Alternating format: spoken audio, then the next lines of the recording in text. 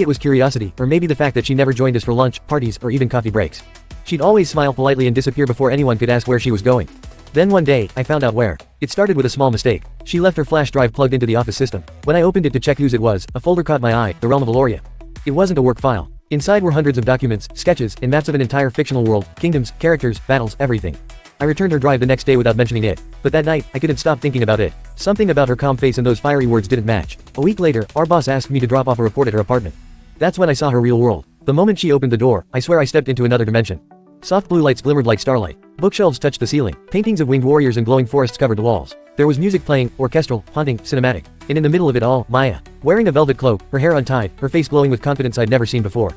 She wasn't the quiet, awkward girl from the office. She looked powerful, like she belonged in the fantasy world she created. I must have stared too long because she finally smiled and said, "So you've seen it now. The place where I actually live." Turns out, she's a famous fantasy writer under a secret pen name. Her books had millions of reads online, and one was about to be adapted into a web series. She'd kept it hidden because she wanted people to value her real work, not her fame. But here's where the drama really started. The next day, someone from the office found out, and suddenly everyone treated her differently. The same people who used to ignore her were now pretending to be her best friends. And our boss, he tried to take credit for discovering her talent. Maya quit 2 weeks later. She left behind a note on her desk. The real world was never kind to dreamers. So I built my own. And just like that, she disappeared. Months later, when her book series hit the charts, I saw her name, her real name, printed on the cover this time.